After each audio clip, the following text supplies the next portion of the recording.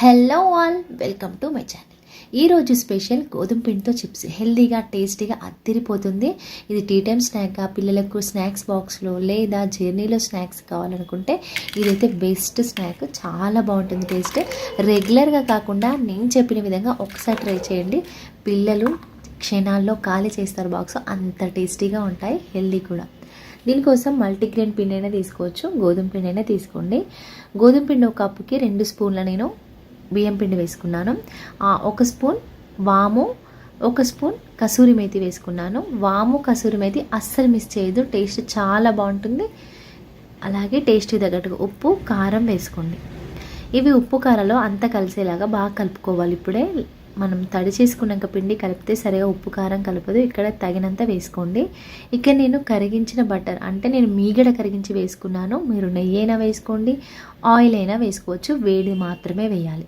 వేడిది వేసి ఇలా పిండితో బాగా కలుపుకోవాలి పిండిని. నేను ఇక్కడ 1 స్పూన్ మీగడ వేసాను, పాల మీద మీగడ. ఆ క్లిప్ మిస్ అయింది.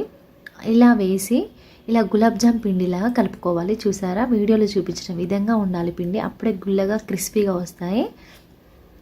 ఇప్పుడు కొంచెం కొంచెంగా వాటర్ యాడ్ చేస్తూ మెత్తగా చపాతీ పిండిలాగా కలుపుకోవాలి. ఈ విధంగా ఇలా చూసారా, ఇలా ఫైనల్గా కొంచెం ఆయిల్ అయినా మీగడైనా అప్లై చేసి ఒక 5 మినిట్స్ పక్కన పెట్టండి, మూత పెట్టి.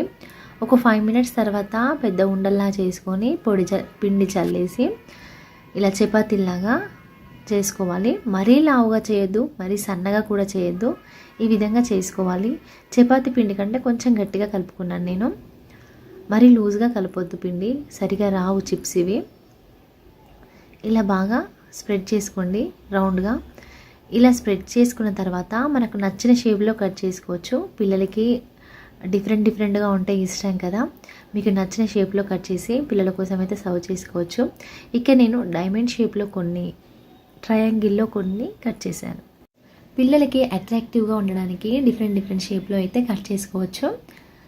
ఇలా కట్ చేసుకోవాలి. ఇక్కడ మీరు కసూరి మేతి అస్సలు మిస్ చేయదు చిప్స్లో. బటర్ కూడా చాలా బాగుంటుంది టేస్ట్. ఇదే విధంగా యాజ్ ఇట్ ఈస్ చేయండి, చాలా బాగుంటాయి. ఇలా కట్ చేసుకొని ఇలా పొడిపిండి చల్లుకున్న ప్లేట్లో వేసుకోండి, ప్లేట్ అంటుకోకుండా. ఈ విధంగా కట్ చేసుకోవాలి. వాము కూడా అస్సలు మిస్ చేయొద్దండి. వాము కసూరి మేతి మెయిన్ ఇందులో. ఇప్పుడు ఆయిల్ వేడి చేసుకొని ఈ చిప్స్ని ఒక్కొక్కటిగా వేసుకోవాలి. ఇది పొడిపిండి ఎక్కువగా ఉంటే, ఎక్స్ట్రా ఉంటే దులిపేసుకోండి, లేదంటే మాడిపోతుంది ఆయిల్. ఇలా ఆయిల్ వేడెక్కిన తర్వాత వేసి ఒక్కొక్కటిగా ఈ విధంగా తిప్పి వేసుకుంటూ కాల్చుకోవాలి. ఇలా ఫ్లఫీగా వచ్చాయి కదా, లేదు మాకు ఫ్లాట్గా రావాలనుకుంటే ఫోర్క్తో హోల్స్ పెట్టుకుంటే ఫ్లాట్గా వస్తాయి చిప్స్. లేదు ఇలా బబుల్స్లా ఉంటే ఇష్టపడే వాళ్ళు డైరెక్ట్గా వేసుకోవచ్చు. నాకు ఇలా ఇష్టం, క్రిస్పీగా ఉంటాయి, బాగుంటాయి అని చెప్పేసి నేను డైరెక్ట్గా వేసుకున్నాను. మీకు నచ్చితే హోల్స్ అయినా చేసుకోండి. ఈ విధంగా ఇలా కాల్చుకోవాలి, క్రిస్పీగా ఉండాలి. అంతే, ఒక టిష్యూ ఉన్న పేపర్లో వేసుకోండి. అంతే, ఎంతో క్రిస్పీగా టేస్టీగా హెల్తీగా ఉండే స్నాక్ గోధుమ పిండి చిప్స్ అయితే రెడీ అయింది.